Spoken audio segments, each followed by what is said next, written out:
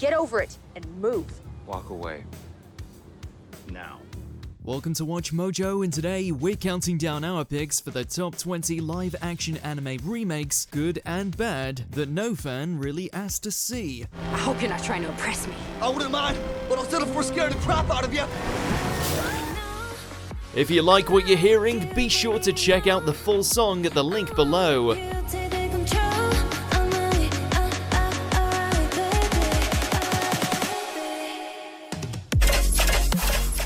Number 20, JoJo's Bizarre Adventure Diamond is Unbreakable Chapter 1. Despite the name, this is most certainly not the first chapter of JoJo's Bizarre Adventure. See, for some incomprehensible reason, this live-action film decided to skip the first 3 arcs of the series entirely. スタンドだがなんだか知らねえけどよ。この自慢の頭をけなされるとムカッ腹が立つぜ。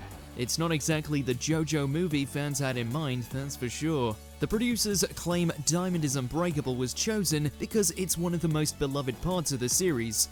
But in reality, they probably just wanted to capitalize on the newest season of the anime. バカで助かったぜ。 For what it's worth, this isn't the most offensive adaptation out there, and yet, it's hard not to imagine how much better it could have been if they'd actually started this story at the beginning. Number 19, Your Name. Hollywood just never learns. Not even a year after Your Name became the must-see film of 2016, American producers got to work commissioning a live-action remake.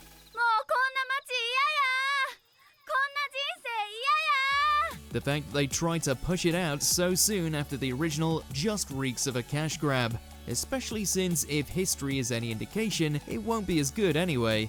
Last we heard of the project, they were planning on completely Americanizing the story, characters, and setting.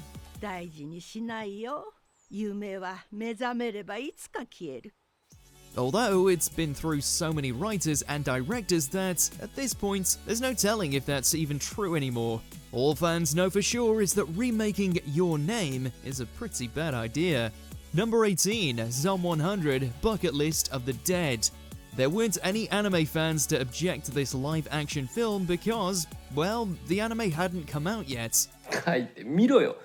意外と思いつかないから。 The Zom 100 movie was commissioned in 2022, a full year before the anime even began. And yet, of all the months to choose from, the feature-length film dropped in August of 2023, aka right in between the 4th and 5th episodes of the anime. While the movie makes a few changes to the source material, it still doesn't make any sense to release competing versions of the same story with the same name at the exact same time.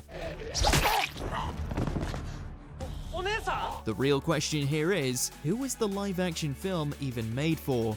Number 17, Knights of the Zodiac. I'd say your therapist isn't worth his paycheck. Things happen for a reason, sir. When Saint Seiya was re-released on Netflix, they got rid of this Americanized title. For whatever reason, this movie adaptation chose to go back to said name. But at the end of the day, it doesn't really matter to fans, as they simply weren't interested in seeing more of what the trailer showed. Where's Seiya?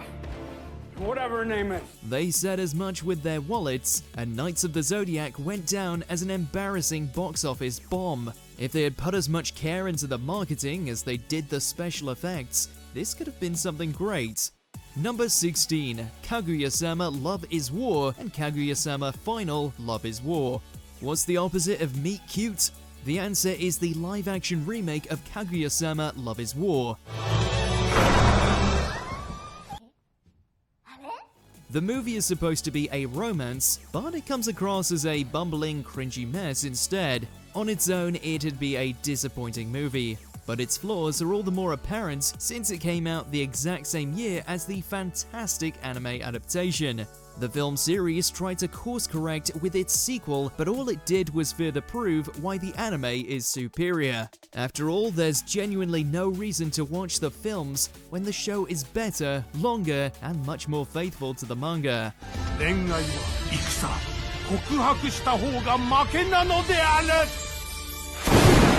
Number 15, Attack on Titan Part 1 and Attack on Titan Part 2. Most fans approach anime adaptations with caution, and movies like this are exactly why. As it turns out, this isn't the Attack on Titan you know. Instead, it plays more like a bad book report written by someone who only read the blurb. 世界は残酷 Iconic moments are replaced, butchered, and promptly tossed aside in a never-ending cycle of disappointments. But at least they included those in the movie at all. That's more than we can say for Reiner, Bertold, Erwin, Annie, and Levi. 捨てない。もう誰も捨てない。 Look, it's safe to say no one wanted a live-action Attack on Titan movie to start with. But this is more than just a bad adaptation, it's a bad movie, full stop. Number 14, Daily Lives of High School Boys. A joke is never as funny the second time around, and unfortunately, it took a full-length feature film for Daily Lives to learn that. ざけんなよ。お前ら吐けよ。吐けよお前ら。The movie tried its very best to recapture the fast-paced charm of the original series. In fact, it tried so hard, it lost the easygoing spirit that made Daily Lives of High School Boys worth a watch in the first place. Without the heartfelt storytelling, all you're left with is a lackluster teen comedy that thinks it's much funnier than it really is. Ironically, that tonal tightrope is precisely why most fans rejected the idea of a movie in the first place. Number 13, Rikio, The Story of Ricky. 你點解唔肯俾醫生幫你起返5粒子彈出嚟啊？留個紀念。 On paper, it's easy to see why some viewers thought this series should stay as an anime. To set the stage, Rikio is a bit of a weird story and has plenty of blood-splattering violence too, the kind that most studios would censor in a heartbeat, and yet, against all odds, this feature film did its source material justice. Sure, the story is the same and all, but the real star is the absurdly over-the-top violence. 我等咗你成晚，殺死佢啊！快啲揾人殺死！ At a certain point, the fight scenes become so ludicrously awesome you can't help but laugh along. Served up with a massive side of that classic 90s cheesiness, and it's no surprise Rikio is a generational cult hit. But honestly, who asked for it? Number 12, The Guyver. When they say that this movie is loosely based on the anime, they aren't joking. Rather than a sci-fi drama about a man learning to control his symbiotic abilities, these live-action flicks went full camp, and honestly, they're not half bad. Is that monster chasing us a Guyver? I don't know what the hell that is, and I'm not sure I want to find out. Granted, anyone who wanted the dark existential themes of the original should look elsewhere, but on its own merits, The Guyver and its sequel, Guyver Dark Hero, have just enough silly humor to keep you watching to the credits. Striker! You idiot! Yo, man! I'm just doing my job! Still, that doesn't make them good adaptations by any stretch of the word. As entertaining as they are, we wouldn't mind a more respectful Guyver film one of these days. Number 11, Assassination Classroom. 発砲したのまで構わないので出席渡ります。磯貝優馬くん、はい、岡島大河くん。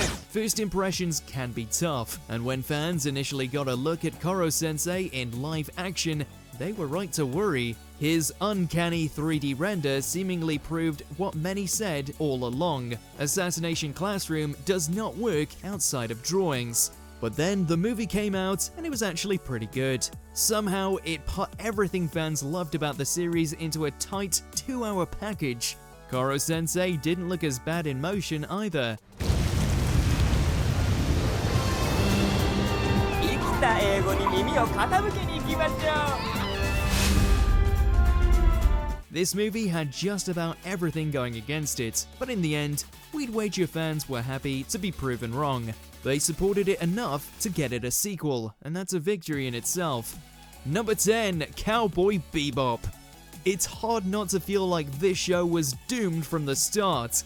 Cowboy Bbop is one of anime's most beloved properties, and nothing a bloated live-action series could do would ever live up to that. As such, this 2021 remake tried to put some new spins on the formula, only for it to backfire spectacularly. Any more fortune cookies you want to crack open, or can we eat now? You work at being an asshole? The nonsensical story changes alienated hardcore fans and muddled the canon for new ones. The end result was a version of Cowboy Bbop that no one wanted. To prove it, the series didn't even last 3 weeks before Netflix cancelled it for good. Given how much backlash it went through, that might have been a mercy. Yeah, I killed him. Oh, nice. Number 9. Ghost in the Shell. Even if this adaptation of the cyberpunk masterpiece had managed to succeed on every level, which it most certainly didn't, it was always going to catch flack for the controversial casting of Scarlett Johansson as Major Kusanagi. This is Major. I'm on site. This was the straw that broke the camel's back as far as the mainstream media's attention surrounding Hollywood's whitewashing controversy. Maybe next time you can design me better. The original is such a beloved classic, and while we can appreciate the live-action homages, the fact they try to fix up the race issue in the most idiotic way possible didn't really help change opinions. You don't have to come here anymore. I know. Number 8. Mob Psycho 100. Their first mistake was thinking they could duplicate the adorableness that is Mob. The second was believing that a series with borderline mind-melting action sequences could be translated into a live-action series with equal success.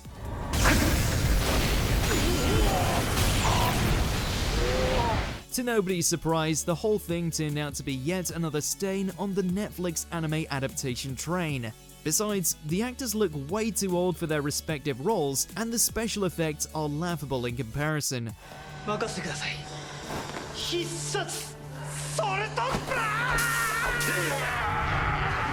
We wouldn't be surprised if the whole thing was one of Reagan's scams.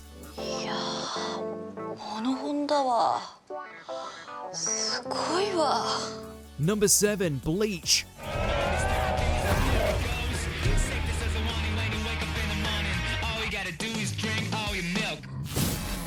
Here's the thing, when it was announced that the great shonen series would be hitting the big screen, it was met by a resounding middle finger from fans who didn't want to see Ichigo get dragged through the mud like other anime adaptations. But as it turns out, the adaptation wasn't half bad. Alas, for all of its surprising charm, it totally bombed in the Japanese box office, further cementing that there wasn't any demand for a live-action version to begin with. By this point, it's like beating a dead horse with a zanpakuto.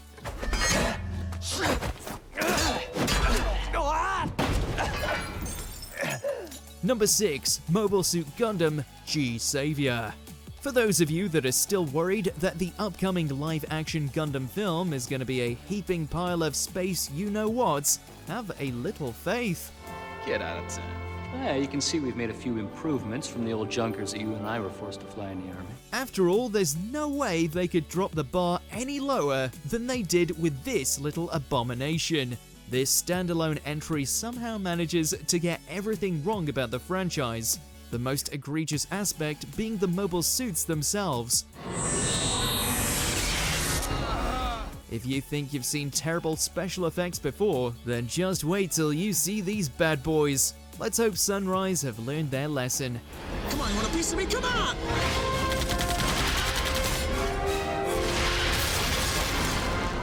Number 5. Kite. When Samuel L. Jackson can't even make your film even somewhat decent, then you know you've goofed up. I risked everything for you, Sawa. But now things are getting sloppy. The original Kite wasn't anything special. In fact, it contained a whole assortment of erotic and violent scenes way too hardcore for the average movie-going public.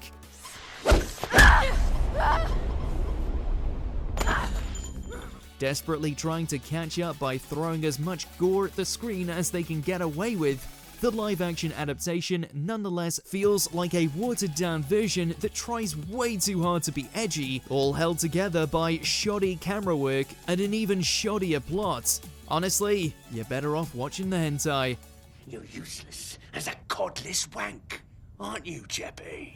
Number 4. Death Note. We're not sure that there's been a film that earned the scorn of the anime community even before it hit screens quite like this one. Like a swarm of sharks, fans of the original occult detective Gem proceeded to maul this adaptation every step of the way. From the Americanization of the cast, the character of Light acting as little as light as possible, plus the numerous plot holes it had dug itself. In order to capture and eliminate... Lord Kira. We can sympathize with it due to how much hate it received, but its own poor storytelling did little to remedy that matter. At least Willem Dafoe as Ryuk was awesome. You humans are so interesting. Number 3. Dragon Ball Evolution. It's amazing how this film has somehow only gotten worse over the years, with fans still debating whether or not it truly is the most abysmal anime adaptation of all time. Beauty awaits. It's as if the filmmakers learned everything about Dragon Ball from watching a WatchMojo video. Nothing except the names and minor visual references in order to keep up the appearance of being faithful to the source material. Doing good. When Dragon Ball fans were asking for a continuation of the series that wasn't GT, this was the last thing they had in mind.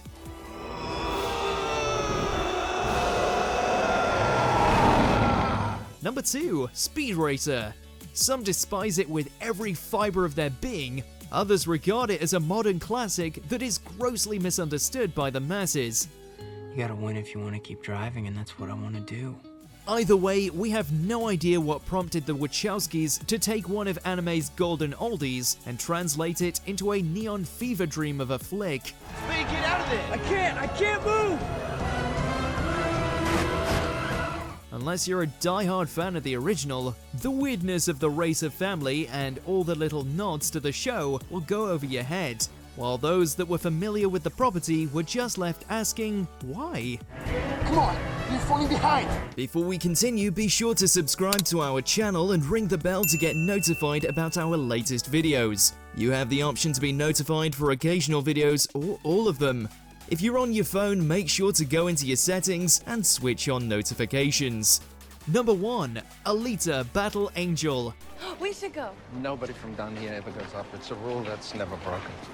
James Cameron knows his way around a killer robot. Robert Rodriguez is a proven lover of green screens. It seemed obvious that they would be drawn to something like Battle Angel Alita, yet we still couldn't believe that it was actually being made. Despite the star-studded cast, the violence, dystopian themes, and mature content, it had a hard time performing in the box office.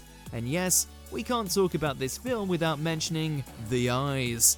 Regardless of whether this film was a good idea or not, we're kind of grateful they made it, despite the fact that nobody wanted it. I want to rip you open and see if you're ugly inside. Like the others. We know there's a lot to choose from, but what's the worst live-action anime you've ever seen? Share your pain down in the comments below. I'm so sorry that I hurt you. I would never do that on purpose. It was just, I was in the heat of battle and I thought you were someone else. It's alright. I let you hit me. So, do you agree with our picks? Let us know in the comments. And hey, if you're a fan of the song playing right now, be sure to check out the music video for it right here.